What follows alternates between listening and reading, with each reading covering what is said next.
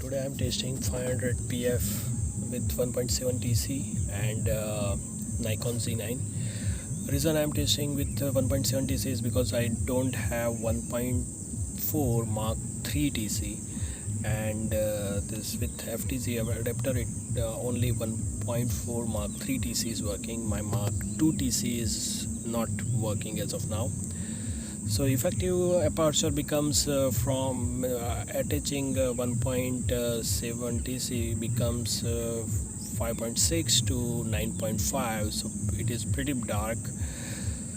In terms of autofocus, I don't see any much difference. Means like autofocus is quick, fast, but means like today is like cloudy day. There is not much sunlight, so my ISO is going up. Like yesterday it was without TC it was like around within a 2000, but now it is going above 5000. And sometimes if my shutter speed goes beyond 1600, then it picks up to the 8000. So I don't know how Topaz will handle these files, but let's check it out. If your subject is close by, then initial image quality I can see there is not much difference, but if subject is far and light is low and ISO is bumping up, then I'm sure there will be hit on the on the image quality side. Reach wise, effective photofocal length becomes 850 mm, and if your means for this kind of situation uh, it is perfect for focal length, because everything is far away. There is very few birds which is nearby. Yeah, so we'll see the image quality in uh, on the computer. Let me show you where I'm sitting and which how this place looks like.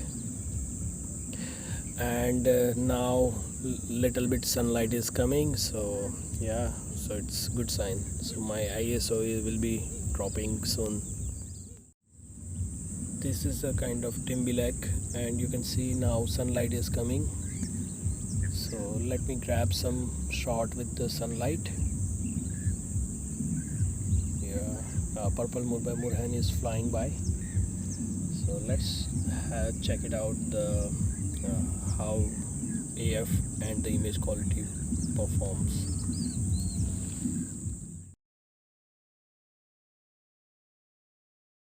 Kind of setup look like 1.500 PF, and then 1.7 TC, and then FTZ2, and this is my Z9.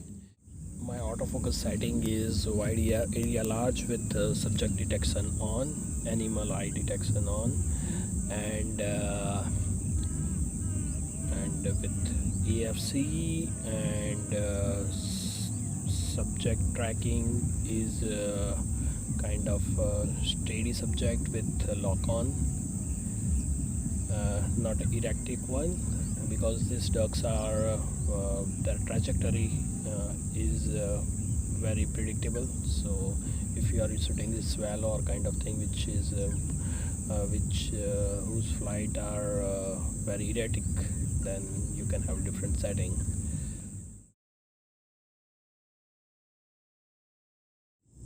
This is kind of autofocus speed you are getting with this combo 1.7 TC.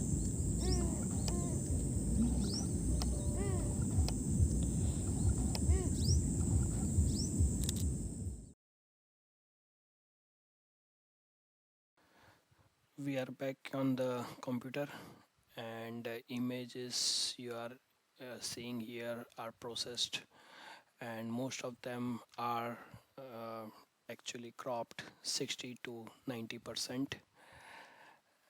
And yeah, so you can see this images has captured lot of details 500 pf is a very sharp lens and it can take 1.7 tc very well, though the effective aperture becomes 9.5, and you require lot of light to uh, have the bright image.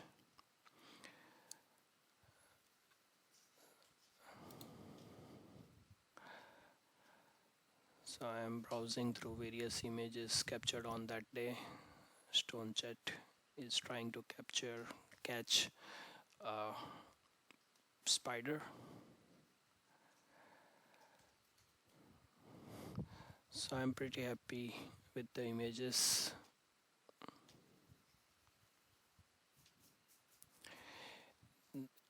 You can see there is a grass on the foreground, and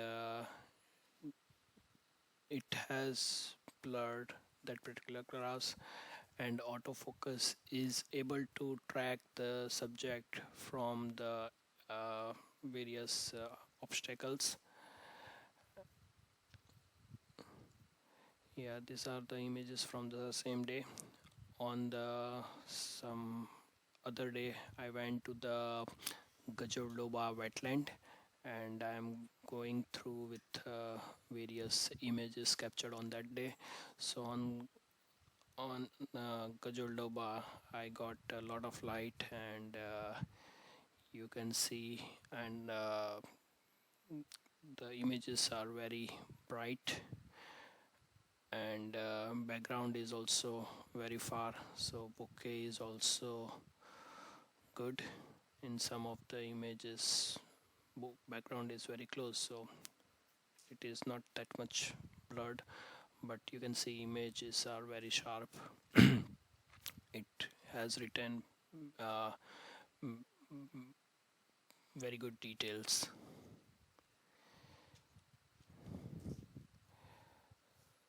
These are some images. This is a actually pied harrier female, which is coming towards me, and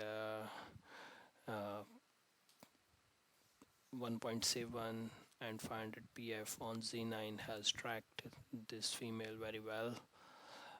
This image is actually cropped around 80 to 90%, so still Z9 has retained many details. With 1.7, if background is very far, then you can see bokeh, and it is very pleasant. It is not much busier, but it can generate pretty good bokeh with lens and teleconverter combination.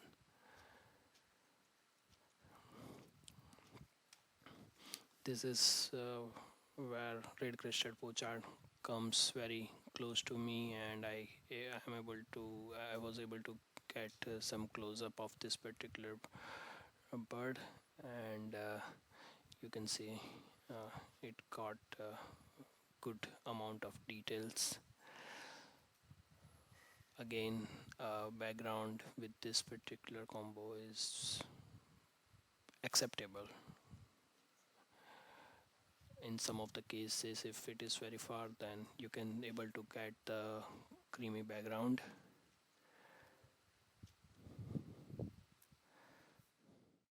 As 500 pf is very sharp lens, it is one of the sharpest lens from Nikon lineup, and it can take 1.7 tc very well. I haven't got any success with same setup on my D5, but on Z9 it has performed really well. I always had an issue with the AF, but with Z9, AF autofocus issue has been eliminated. In good light, I haven't hesitate to put 1.7 TC whenever I required a good amount of range. For low light, in very low light, AF hunts little bit, and for action photography, as aperture becomes 9.5, you require a good amount of light to have the ISO in the control. So overall, it is a highly recommended setup whenever you require a good amount of range.